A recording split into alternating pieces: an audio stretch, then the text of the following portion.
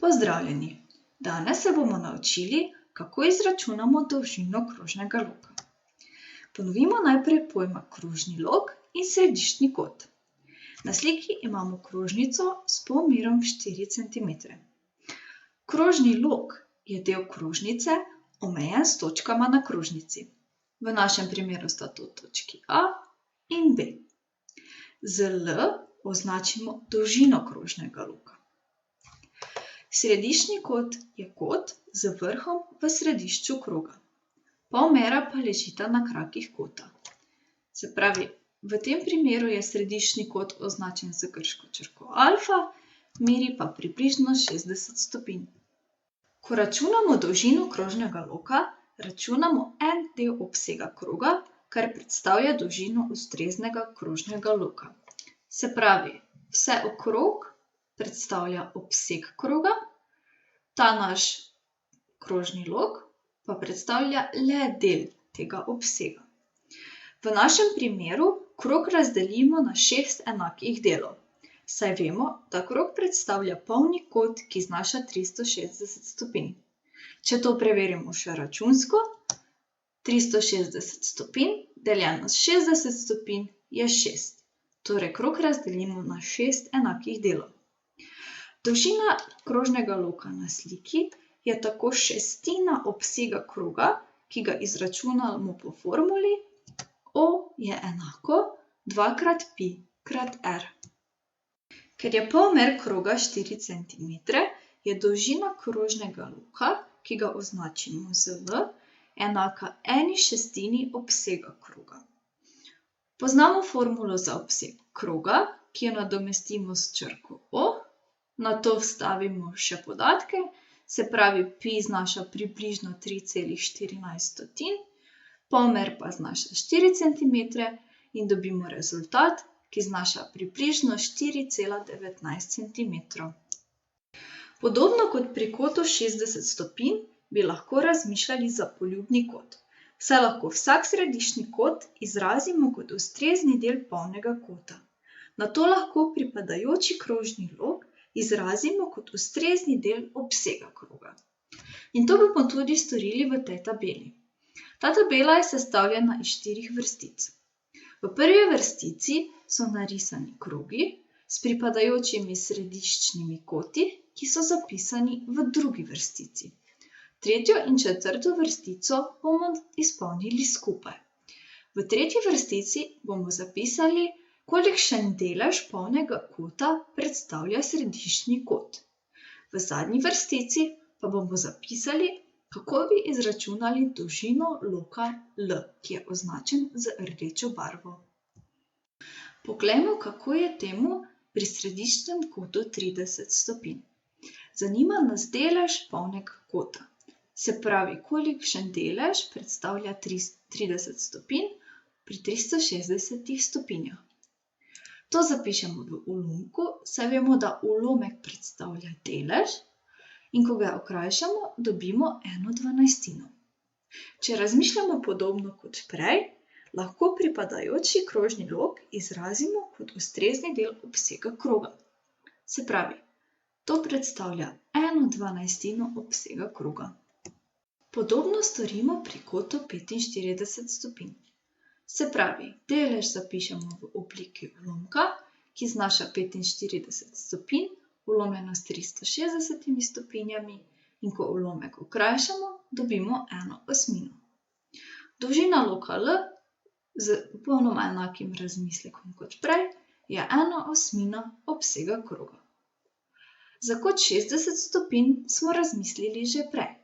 Torej, 60 stopinj ulomljeno s 360 stopinjami, kar je okrajšano kot 1/6, torej je dolžina loka L 1/6 obsega kroga. Poglejmo tukaj na sliki.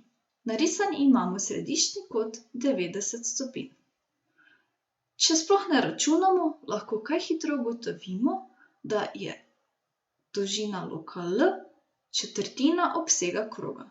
Se lahko ta lok L 4-krat nanesemo na krožnico, se pravi 1, 2, 3, 4. Preverimo še računsko. Delež polnega kota je torej 90 stopinj ulomljeno s 360 stopinjami, kar je 1/4, dolžina loka L pa je tako 1/4 obsega kroga. Pri kotu 120 stopinj naredimo podobno. Se pravi, delež zapišemo v obliki ulomka in ko ga okrajšamo, dobimo 1/3.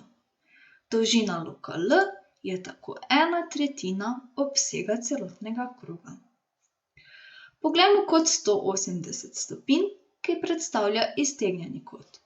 Kar hitro ugotovimo, da gre za polovico. Torej, dolžina loka L je polovica obsega celotnega kroga. Pri 360 stopinjah gre za polni kot, kar predstavlja celoten krog. Delež polnega kota je kar 1, dolžina loka L pa je obseg kroga. Pri kotu 1 stopinja naredimo popolnoma enako, kot smo storili prej. Delež zapišemo v obliki ulomka, 1 stopinja ulomljeno s 360 stopinjami, kar je 1/360, dolžina loka L pa je tako 1/360 obsega kroga. V zadnjem stolpcu pa imamo poljuben kot alfa. Se pravi, želimo za poljuben kot alfa izračunati dolžino loka L. Če sklepamo po prejšnjih primerih, smo v števec vedno zapisali kot alfa. V imenovalcu pa se je nahajalo 360 stopinj. Se pravi, delež polnega kota bo tako nek kot ulomljeno s 360 stopinjami. Dolžino loka L pa smo dobili tako, da smo ustrezni delež pomnožili z obsegom kroga. Prav tako je temu tako v tem primeru. Se pravi, dolžino krožnega loka L izračunamo po formuli. Dolžina krožnega loka je enaka alfa ulomljeno s 360 stopinjami krat obseg kroga. Če vstavimo obrazec za obseg kroga, dobimo alfa ulomljeno s 360 stopinjami krat 2πr. Če okrajšamo dvojko in 360 stopinj, dobimo končen obrazec alfa krat pi krat r ulomljeno 180 stopinj. Se pravi, dobili smo obrazec, po katerem lahko izračunamo dolžino krožnega loka L. V krogu z danim polmerom r je dolžina krožnega loka L premo sorazmerna z velikostjo pripadajočega središčnega kota alfa.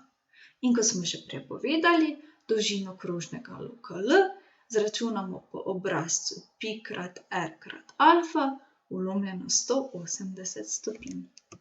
Poglejmo na primeru. Izračunaj dolžino krožnega loka v krogu s premerom 6 cm in središčnim kotom 105 stopinj. Se pravi, imamo podatek, da premer znaša 6 cm. Vemo, da je polmer dvakrat manjši, zato znaša 3 cm. Dolžino loka L izračunamo po obrazcu pi krat r krat alfa ulomljeno 180 stopinj, kjer je r polmer kroga, alfa pa središčni kot. Če vstavimo naše podatke, dobimo pi krat 3 cm krat 105 stopinj ulomljeno 180 stopinjami, kar je 7/4 pi centimetra oziroma približno 5,5 cm. Torej, ta lok, označen z rdečo barvo, meri približno 5,5 cm.